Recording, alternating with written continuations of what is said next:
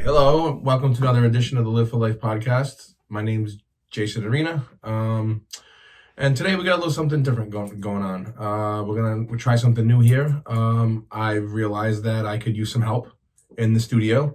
It's very, very hard to sit here and try to keep a conversation going when there's nobody to talk to, at least for me. So decided to ask a few of my friends, close friends, to help me with the podcast and help me with the foundation in general. And one of those people is my good friend Jenn, and she is joining me today to talk about this podcast. Today we're just going to talk about hardships and how they affect your family. It's just all types. But Jenn's agreed to come on and help me out here, and she's the secretary of the foundation. Very good friend with Marilyn. I'll let her dive into that a little more. But right now I'm going to turn it over to Jenn. She can introduce herself, and then we'll get into the podcast. So, welcome. Thanks. All right. So, my name is Jenn Schmidt, and Marilyn and I became instant friends when I started my life over here in North Carolina. Mm-hmm. And we met probably my first week, a few days, and she became just an instant friend. And she literally became my only friend in North Carolina. Well, I'll tell you that you were one of Marilyn had a lot of friends, but you were one of her best friends. She really appreciated your friendship. So yeah, one of our first couple conversations, someone was passing by and was talking about moving to Mooresville, where we live in North Carolina, and they were just mentioning that they were going to be living in this neighborhood where I live, and I was like, oh, that's where I live.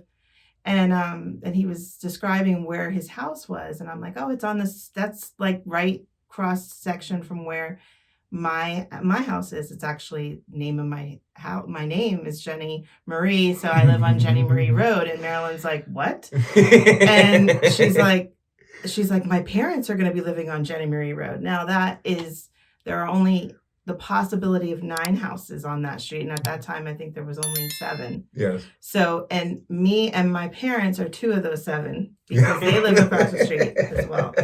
And so it turns out that her parents were they hadn't moved yet, but they were going to be moving right next to my parents, who live diagonally across from me. So the coincidence or not, now what I'm hearing, you guys had already become friends at that point. Yeah, we had already become friends. And then even before that, when we were building, the manager of Ryan Homes, the home builder for our community, had said, oh, the people that are moving next to your parents their daughter got a job at Lowe's. And I'm like, well, the chances of us meeting when there's like 6,000 there's a lot of people employees in that building, I doubt we'll ever meet. And this was way before I had even started working. I had just been hired at that point. And so not only did we end up meeting and becoming instant friends, it was like the coincidences were multiple. I had a pretty normal life until I was about 11 years old, and then my parents divorced. I think I was 10. Actually, I think I was 10 years old.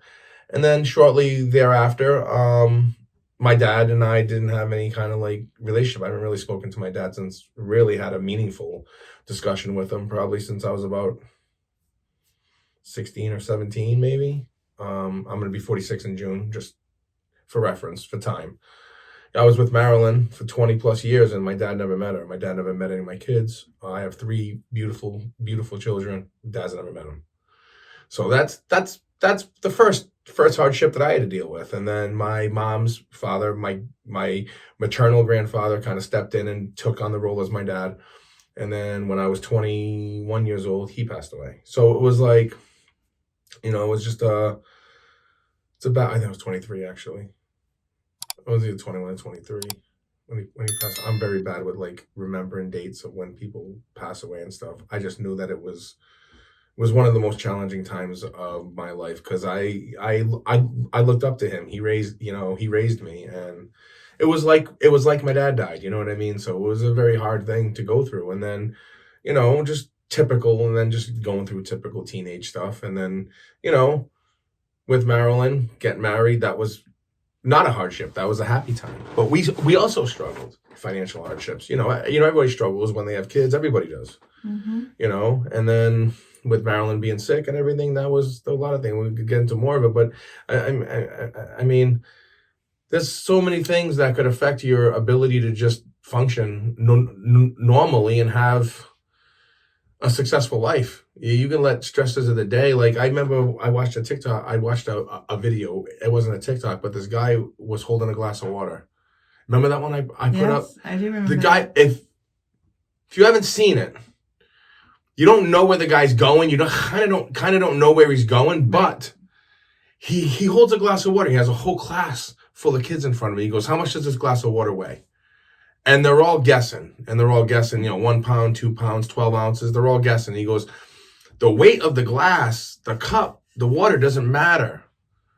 It's relevant to how long you hold it for. I could hold this glass of water for 5 minutes and do nothing. If I hold it for an hour, my arm will start to tingle. I'll start to feel a little bit of pain. If I hold it for 8 hours, my arm's gonna go numb. If I hold it all day, I'm not gonna be able to pick my arm up. It's gonna be in so much pain that I'm not gonna be able to deal with it. And he goes, that's what stress is. You will hold on to it for as long as you hold on to it. On any given day, this is on a daily basis. This isn't like for life. You can't just let go of stress. It's freaking impossible. I think you would agree with that. It's kind of impossible to let go of stress. It's always a factor in some way. Yes. What are some of the types of like that was big? I mean, I haven't got into all of the hardships that I've gone through, but what's some of the things that you've gone through? Well, I would say the most significant is when my husband left us, me and the kids. Yep.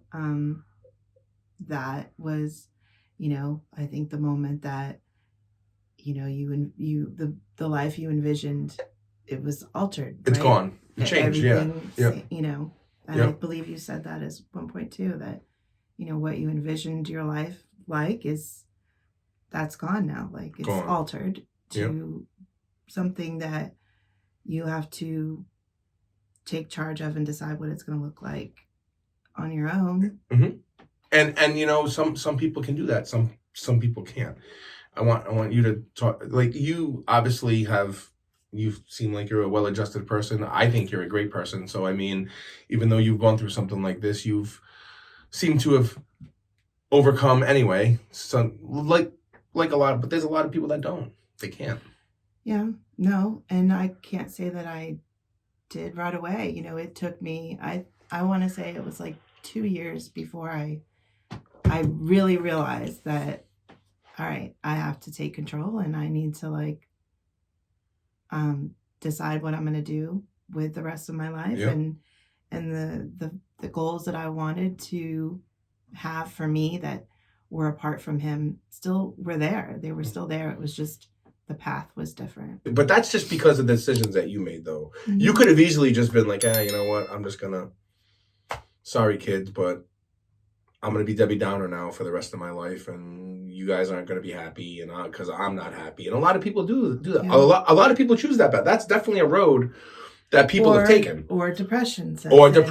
And not seeking treatment. It's okay to be depressed. Mm-hmm. It's okay to have a mental something going on where you need some treatment. This is why there's therapists. This is why there's people have jobs, because people need help. So it's okay to be depressed. And everyone goes through depression. Everyone grieves differently. I think that every time that you run into a hardship like we've been talking about, every time that you run into a problem in life,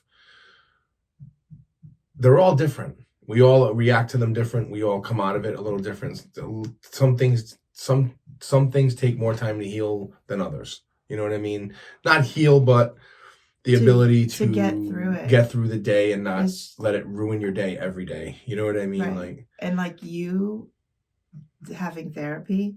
And like we talked about, I didn't. Yes. I didn't, but should I have? Absolutely. Yes. Should I still? Probably. Should everyone? Most likely everyone needs. Most likely everyone needs. Or you just need someone to talk to have an unfiltered conversation with. And that is very hard to find with friends and family because they know you, they know your personal life. Mm-hmm. And unfortunately, and yeah, I think you'll agree with this, is maybe you will, I don't know. I'm assuming that you will. You get more support, it seems, from perfect strangers than you do from people who are your friends and your family sometimes. People are willing to help you more, it seems, or people are willing to offer more. Like, and I don't want to say that in such broad terms. Like, that's not always the case. Sometimes you have friends and family who are there for you all the time, no matter what. When I'm fortunate, I'm not speaking about myself. Personally, I've just seen this in general. It seems like a perfect stranger will be more willing to support you with if they see you doing something like that's positive in your life than others who might have maybe I think sometimes sometimes jealousy gets in the way, and sometimes their inability, their when people say they're going to do something, like I said I was going to start this nonprofit, I was going to start a couple of podcasts, and I saw when I was telling people about my plans that they were thinking that I was not thinking clearly. They were thinking that I was acting emotionally. Right. But this isn't something that's emotional. This is something that I understand that I wouldn't be where I am right now if I didn't have support when I was going through my hardships. All through my life. I've always had somebody who I could, and Marilyn was usually the person. Marilyn for the last 21 years, for 2000 to 2021, she was the one. Her psychology degree, we paid that debt off. She never used it for professionally. But I've been going to therapy since 2000 because I was with Marilyn, and she made me into the person that I am today. Because with everything that I've gone through, I mean, I could have easily gone down the wrong path a few times, and maybe not been the guy that I am now. Maybe I would have never met Marilyn if I had chosen to go down a couple of paths that I could have. Before I even met Marilyn, there was a lot of hardships that we talked about. Yeah.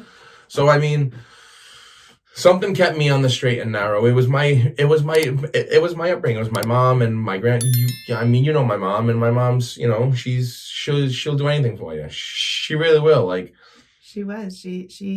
I was just telling your sister, I was like, your mom, like, with Marilyn, like, obviously I felt like my grief is like so minuscule compared to you and the kids and just the family and her parents. Right. And she was like the one person who like reached out to me and like checked on me.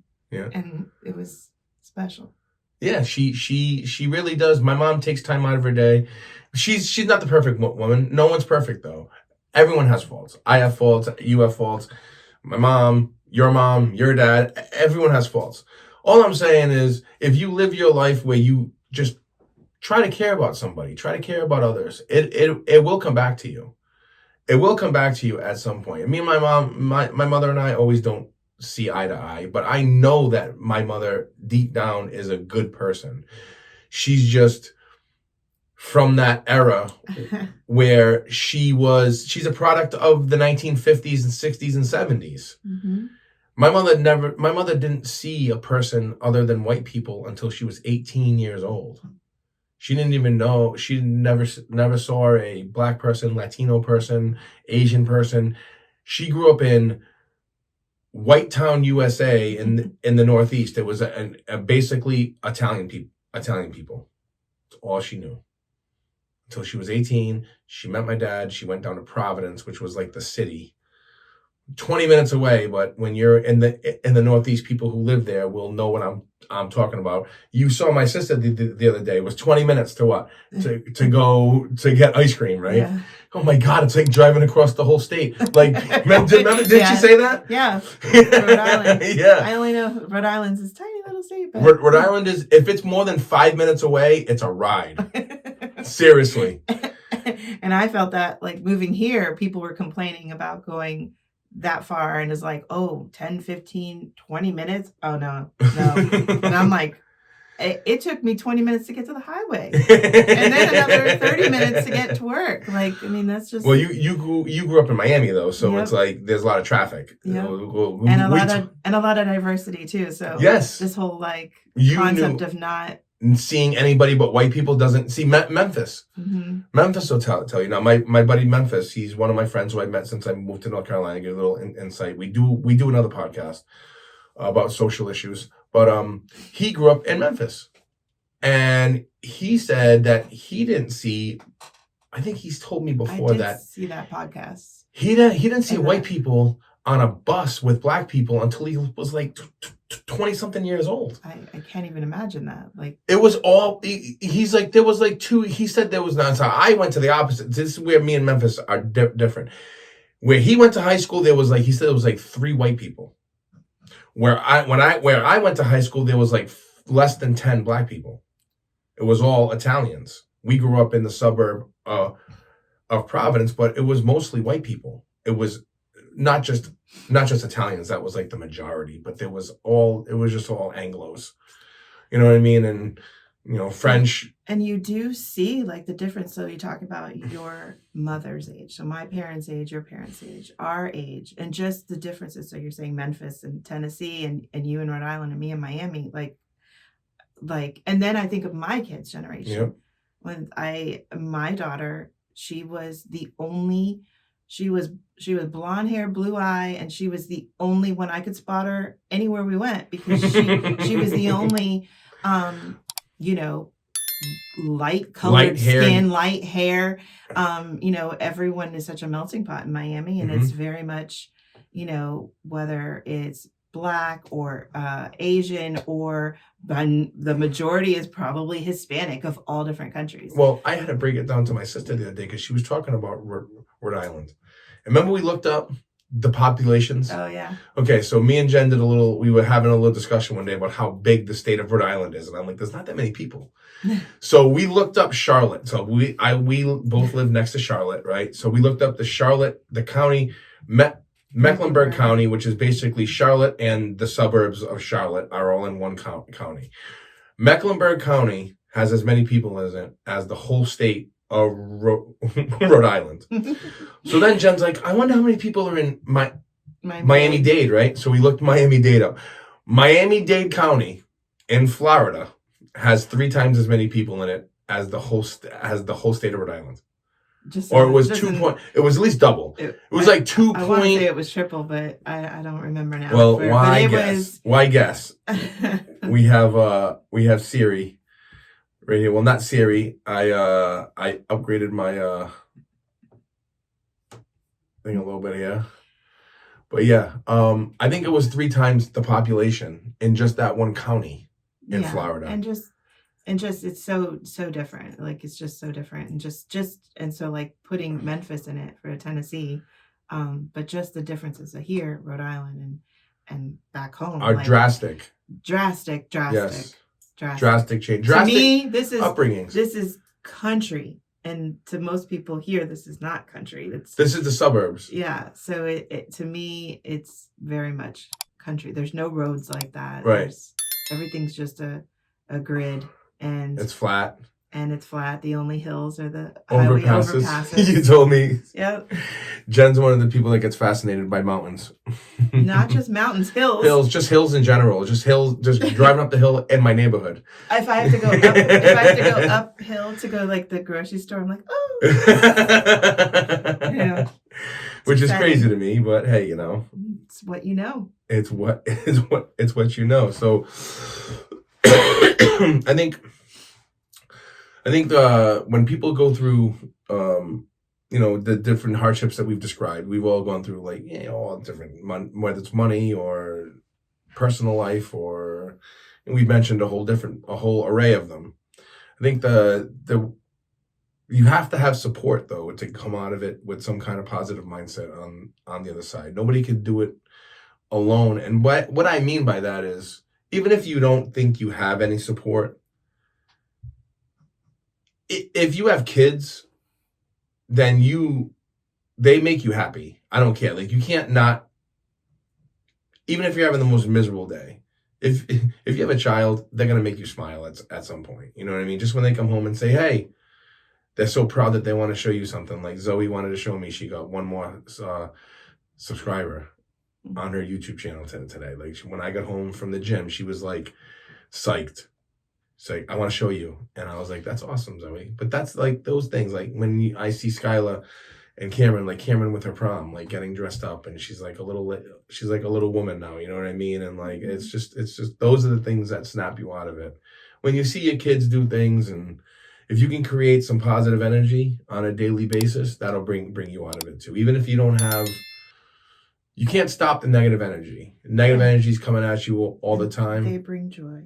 But you can create positive energy. Find ways to create positive energy. That's what brings me some peace of mind on a daily basis. I try to create some positive energy. You know me. I'm always trying to, I don't know, even when we're out trying to like help somebody or trying to make sure people are having a good time, or I don't know. It's just try to have a positive mindset, I guess, and that'll bring you on. That'll get you past any hardship. It could always be worse. I would recommend to everybody who just have a good team, have a good support system, have a couple of good friends that you can depend on, or get a therapist. Somebody who you need somebody who you can vent to. And there's a lot of services out there that are available, because I understand that therapy's not cheap. It's expensive. And most of the health insurance plans now don't even fucking cover it. Like mental health doesn't even matter. Why are we going to take care of your mental health? You can just fix that yourself, right? Most insurance plans have limitations on what they'll cover. And I don't understand that at all. That's one of the things that I've always not understood. Like why do they just discredit? Why can insurance companies discredit somebody's mental health as that not being important to them being a functioning member of society? You know what I mean? I don't get that. Right. Do you? And I would say, like, I mean, you see how many people that it has affected, like that maybe shouldn't have, if your standards of like what I just saw today that Naomi Judd, she committed suicide. Yeah, and so it affects everyone, no matter your financial situation or your. What about this? You hear the Supreme Court's looking to overturn Roe v. Wade? They leaked an opinion. An opinion piece got leaked that was written by a Supreme Court Justice, Judge Alito, that says that they've agreed that they're gonna overturn Roe v. Wade and Planned Parenthood versus Casey. Basically make abortion illegal again. Federally. And they said once they eliminate Roe versus Wade, 20 states are going to make it illegal completely. 20. How many hardships is this going to cause? And then all that will do is lead to all the issues in other areas. No, it's going to lead to dirty dancing abortions. Well, that's what I mean. Like it'll be people doing it illegally, but then harmfully. Yes. And then the mental anguish and depression and all the effects of like. You want to talk about hardship? Yeah.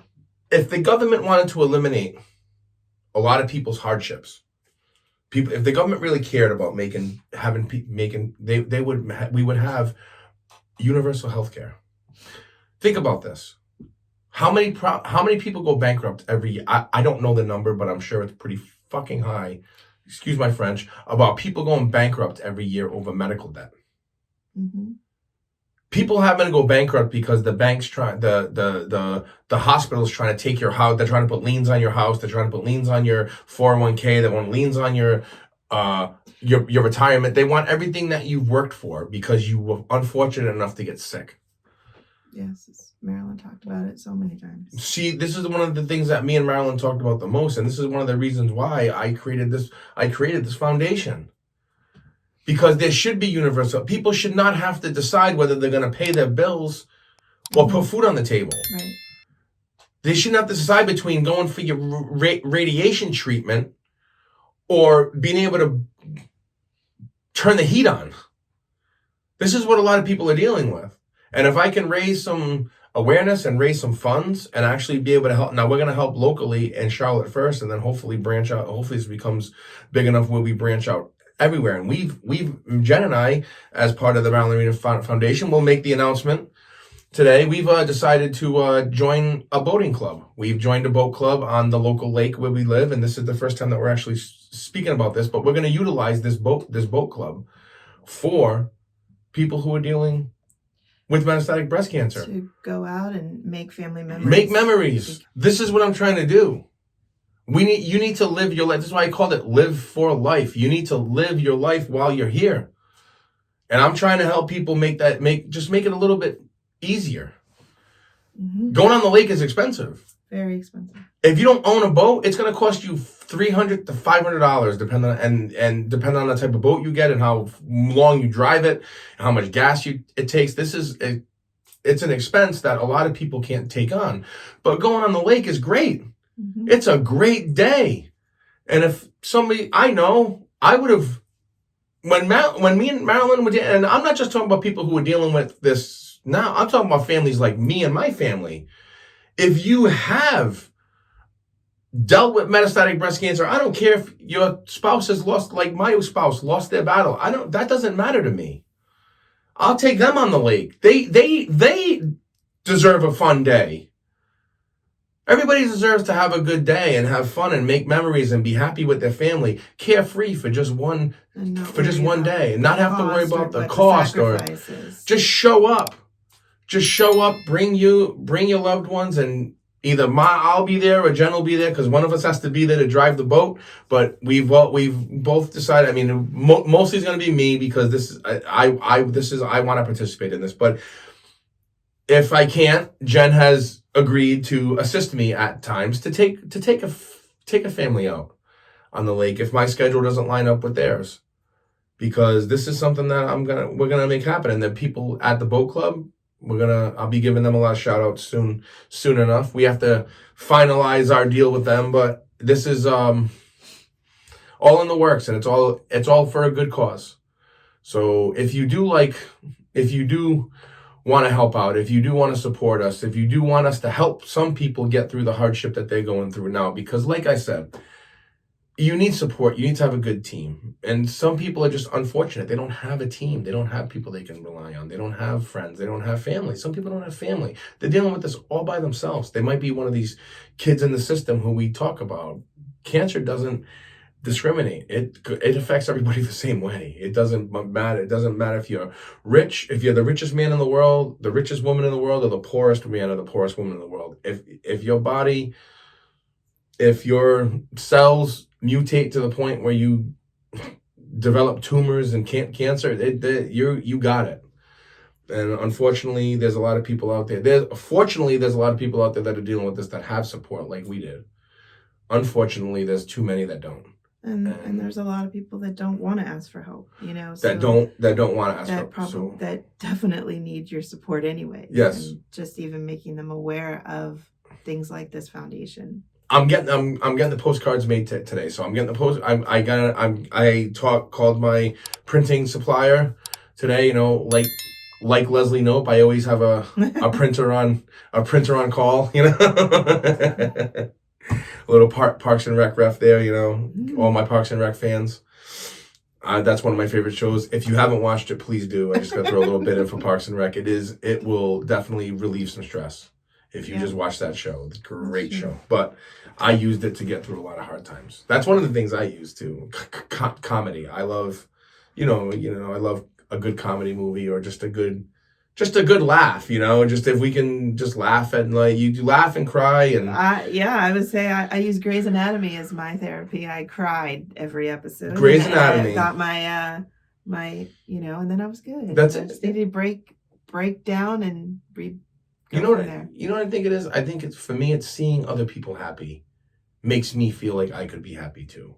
And maybe you were feeling bad, so you were seeing people, and I know I can wrap up every Grey's Anatomy episode right now. It starts off with some snarky commentary between like one of the lead doctors and one of the, like the underlings, and then they move to like some dramatic scene where like a couple's fighting about something that no one really knows why they're fighting, but they're fighting about something, and then like a tragedy happens where like 5 people get brought into the hospital and they have to do like a bunch of like emergency surgeries, and while they're doing these emergency surgeries, they're finding time to like talk about their personal lives too while they're like operating on these intricate organs. They're just like, hey, remember we had wine the other night? Yeah, but it's true. Everybody's different. Everybody needs. Getting back to my point, every episode is an emotional roller coaster. Yes, it brings you full emotions. You laugh every episode. There's always something funny, mm-hmm. and then they flip it to the opposite end of mm-hmm. your emotions, and somebody dies. Yeah, and then yes. and then you move out of that phase, yes. right? So I move out of the Grey's Anatomy phase because in the time when I was at my lowest, I couldn't watch comedies because I couldn't feel that joy. Right. But eventually, but everyone has their ways of dealing with things, and we're all different. And everyone grieves differently, mm-hmm. and like we were talking about depression, and we were talking about how you deal with hardships. Like Memphis, and I use this analogy a lot because it's well. I'm not the only one that uses this, but it's like your life is like you're in a boxing match. Every round is different. You know what I mean? You go out there and sometimes you win the round. Sometimes you land all the punches and you dodge all the punches and you go back to the corner and you're, whoo, I'm good.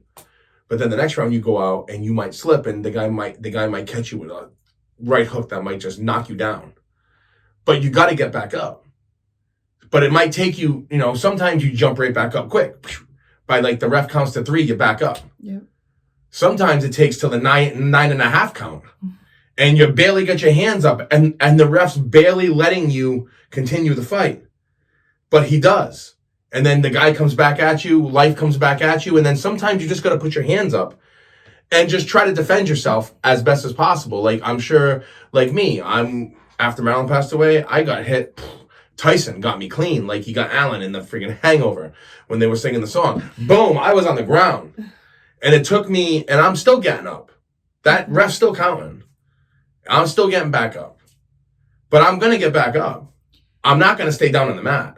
You know what I mean? And that's the thing is, it's not how hard you get hit. Like people say this all the time. It's not how hard you get hit. It's how you're willing to, how you absorb the hit, but then continue to move forward. And then once you're out of it, yes, that you help others. Exactly. And it's like that's like me right now. Like, yeah. There's a problem. I try to fix it. Mm-hmm. I try to help. Well, that's just you trying to be the problem solver.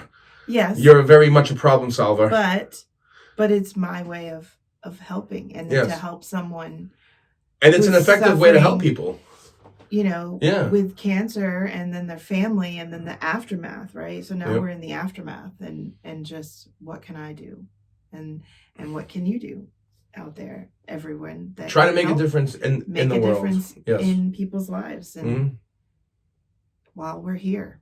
While we're here, we need to try to make an impact on as many people as we possibly can. And that's what I'm hoping to do with this. I'm and with everything that I do from moving forward. I won't just do anything moving forward just for monetary gains. Mm-hmm. It doesn't really, as long as I can pay my bills, I'm a simple person. You know me. I got this.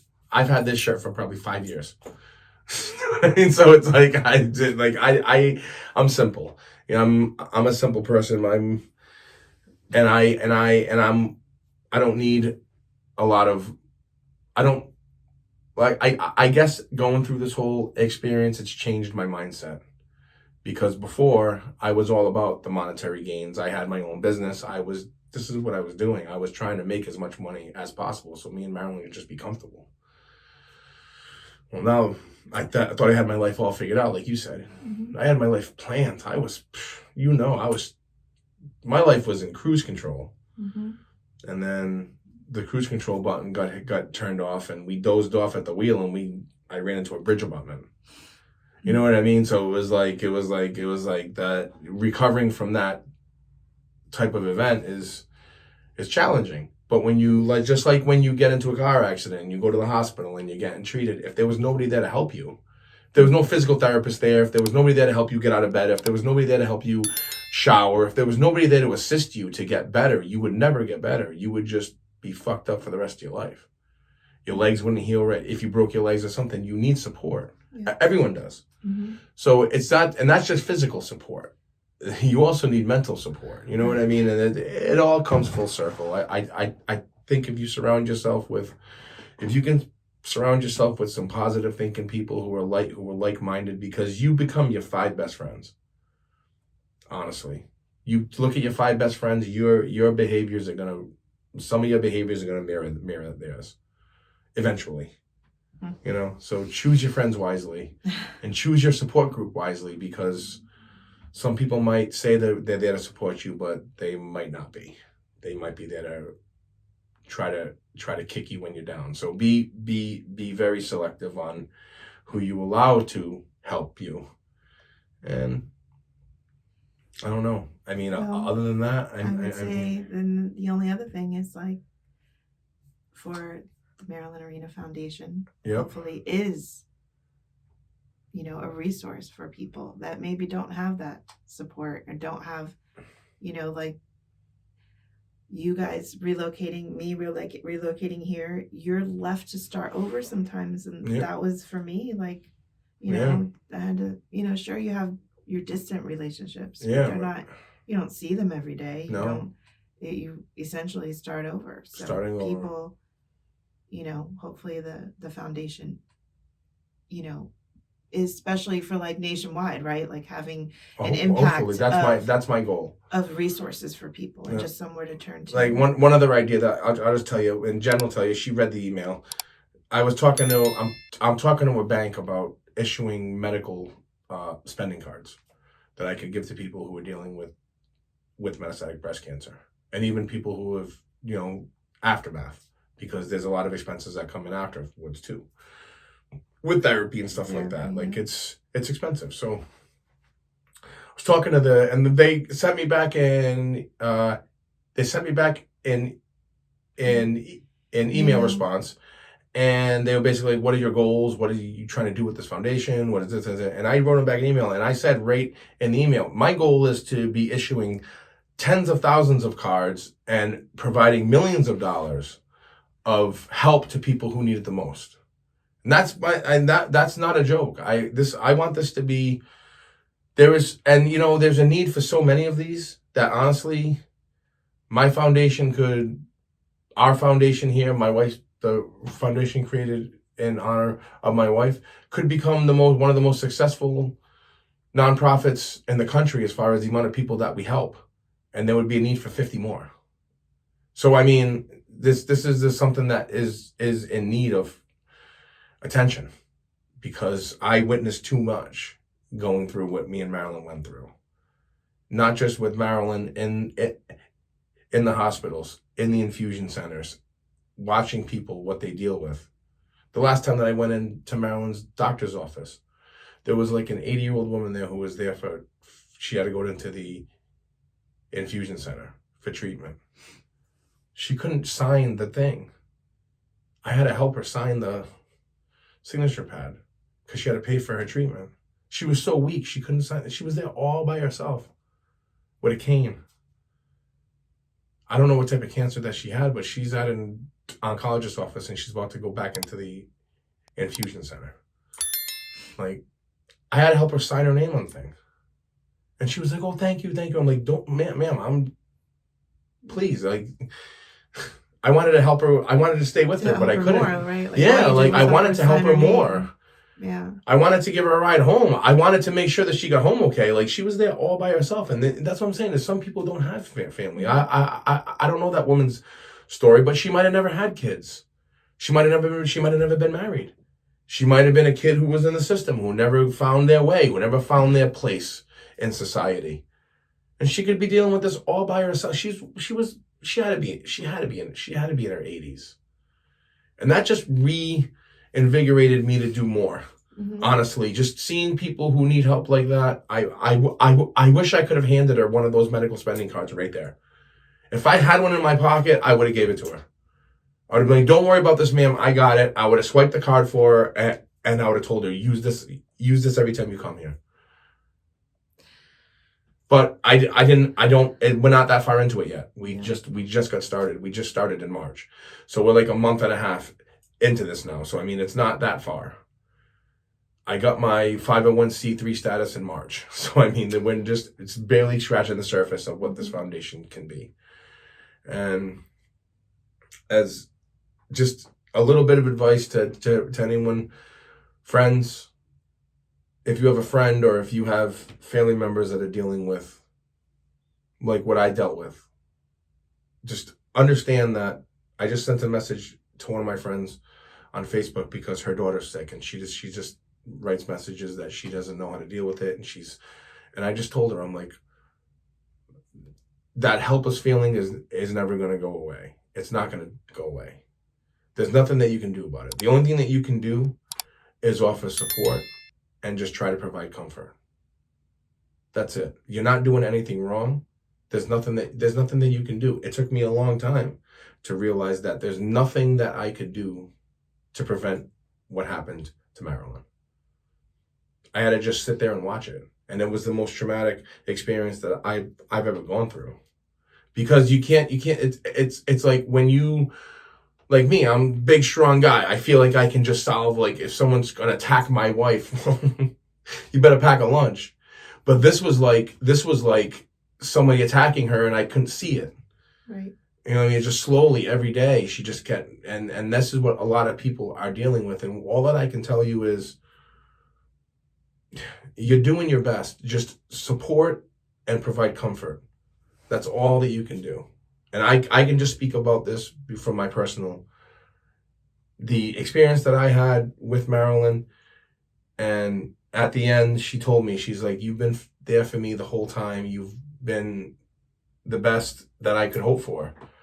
And honestly, I mean, I didn't see it as anything that I was doing that was crazy. I was just supporting my wife going through what she was dealing with. I told her the whole time, like, babe, I never told you what to do. She used to ask me, do you think I should do this treatment? Do you think I should do this treatment? I said, babe, I'm going to go to the chemo teach with you. I'm going to make sure that you remember everything that the doctor said. I'm going to make sure that everything that you ask questions about, I remember the answers that they gave. Pair of ears. I'm another pair of ears, but this is your life. And I said, babe, we've been so successful as a couple because we've never told each other what to do. And I said, I've never told you what to do your entire life since I've known you. I'm not about to start now. So every decision that we made, we made it. She took my advice into account, but it was ultimately her choice. I know it's hard for people to travel when they're going through treatment. Trust me, I know. But take advantage of the time that you have, please. And that's what I'm hoping to accomplish here with the foundation. Help people create some memories and help people survive this a little better through supplemental therapies. And I have a lot of ideas, but again, we need funding. So if you agree with what I'm trying to do, if you want to help out, like and subscribe to the podcast, check out the MarilynArenaFoundation.org. The website's being just finished up now. Hopefully by the time this podcast airs, it's done and back up and live and interactive and everything that I want it to be. You guys tune into the next podcast. The next one's going to be a good one. I'm going to be interviewing a medical professional from the West Coast, and we're going to talk about healthcare and the state of healthcare and the access to treatment and all that stuff. So just a little preview for the next podcast upcoming. And if you like what you hear, please, like I said again, please like and subscribe to the podcast. Check out the MarilynArenaFoundation.org, and please do your best to try to support us as much as you can. And I think I'm gonna say goodbye. Jen, you want to say bye to our multitude of subscribers and viewers that we have? Yep. Well, thanks for joining, and please go to the MarilynArenaFoundation.org to find out more and how you can just, be a resource for others that even if you don't know somebody now, you may in the future, unfortunately. So yes, make them aware and help them as much as you can. Get used to seeing Jenn. She might do another couple podcasts with me. I might be able to talk her into a couple more. I don't know, but I'm looking forward to our. I think the future is bright here at the foundation, and I'll be talking to everybody soon. See you on the next one.